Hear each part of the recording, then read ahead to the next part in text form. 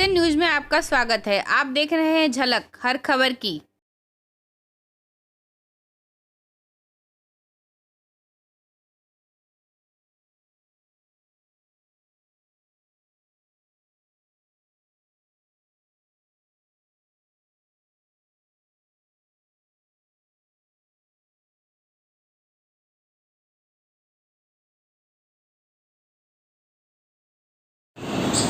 नमस्कार। मेरा नाम डॉक्टर सुशील कुमार अग्रवाल है। मैं बीएचयू में ईएनटी विभाग में एसोसिएट प्रोफेसर के पद पे कार्यरत हूँ। सबसे पहले मैं म्यूकरमाइकोसिस या ब्लैक फंगस, जिसके केसेस अभी बहुत ज़्यादा कोरोना इन्फेक्शन के बाद लोगों में देखे जा रहे हैं, उसके बारे में मैं बात करूँगा। म्यूकरमाइकोसिस जो फंगस है, ये इसके केसेस हम पहले भी देखते थे। ऐसा नहीं है कि ये कोरोना के बाद ही हम सिर्फ देख रहे हैं, लेकिन पहले जो हम केस देखते थे वो एक साल में 4 या 5 केस देखते थे। लेकिन कोरोना के बाद ये जो सेकेंड वेव ऑफ कोरोना आई है, इसके बाद जो ये केसेस एकदम से बढ़े हैं, तो ऐसा लग रहा है कि इसमें कोरोना का भी कुछ हाथ है, जिसकी वजह से इतने ज़्यादा फंगल इन्फेक्शन लोगों में देखे जा रहे हैं। अब ये म्यूकरमाइकोसिस होता कैसे है बॉडी में? नॉर्मली ये फंगस जो होती है, जो म्यूकरमाइकोसिस करती है, ये नॉर्मली हमारे हवा में, हमारी बॉडी में, ये सब जगह पे पहले से मौजूद रहती है। हमारे नाक में, हमारे कान में, मुंह में ये पहले से मौजूद रहती है। लेकिन नॉर्मल आदमी में ये अपना असर नहीं कर पाती है, क्योंकि उस नॉर्मल आदमी की इम्यूनिटी जो है वो उसको बढ़ने नहीं देती है। अब कोरोना इन्फेक्शन के बाद ऐसा क्या हो रहा है कि ये इन्फेक्शन उन लोगों में हो रहा है? एक तो देखा जा रहा है कि जो second wave of corona virus, second wave of जो कोरोना हुई है, इसकी वजह से बॉडी में इम्यूनिटी एक तो देखा जा रहा है कि काफ़ी कम हो जा रही है लोगों में। दूसरा, उनका जो स्टीरॉयड, जो घर में वो खुद से स्टीरॉयड्स ले रहे हैं हाई डोज, उसकी वजह से भी उनकी इम्यूनिटी कम हो रही है। और तीसरा, बहुत सारे लोगों में उनको अपना शुगर स्टेटस नहीं पता होता है। तो ऐसे मरीज़ जिनमें शुगर ज़्यादा होता है, उनमें भी इम्यूनिटी कम हो जाती है, जिसकी वजह से ये फंगस इतना ज़्यादा ग्रो कर रहा है। तो ब्लैक फंगस के केसेस को रोकने के लिए सबसे पहले हमें ये ध्यान देना चाहिए कि जो भी पेशेंट कोरोना से रिकवर कर रहे हैं, उनको अपने नाक की, मुंह की, चेहरे की हाइजीन पे ध्यान देना चाहिए।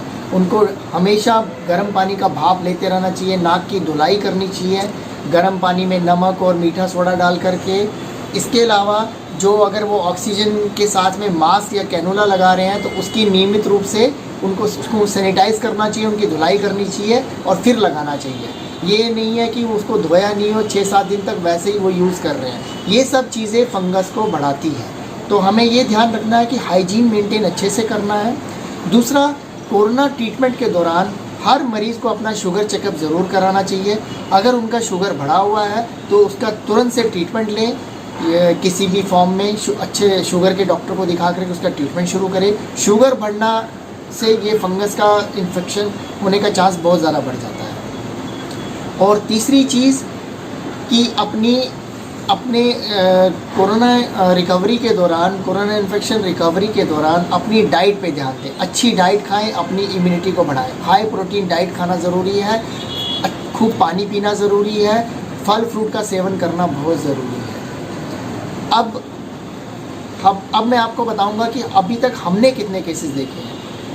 बनारस में हमने अभी तक, मेरे सामने जो केस आए हैं वो तकरीबन 20 से 25 केस आ चुके हैं, जिनमें से 7 से 8 का ट्रीटमेंट हमारे बीएचयू में अभी चल रहा है। और उनमें से 3 पेशेंट अभी इमरजेंसी में हैं, जो कि अभी उनका हम कोरोना रिपोर्ट का वेट कर रहे हैं। बाकी 4 पेशेंट्स हमारे वार्ड में हैं, जिनमें से 3 का ऑपरेशन हम कर चुके हैं सक्सेसफुली।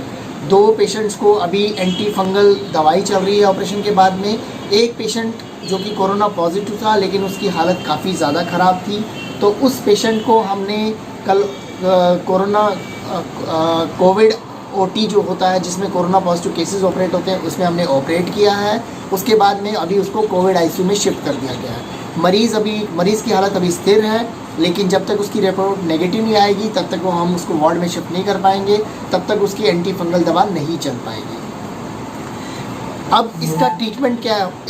म्यूकरमाइकोसिस अगर किसी को हो जाए तो क्या हमें घबराने की ज़रूरत है?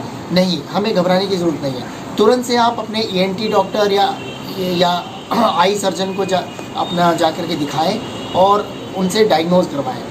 ENT सर्जन जो भी होगा वो देखेंगे, अगर उनको ज़रूरत लगेगी तो वो अंदर से टिश्यू को फंगल स्मेयर के लिए और कल्चर के लिए भेज सकते हैं, जिससे इस फंगस की पुष्टि हो सकती है।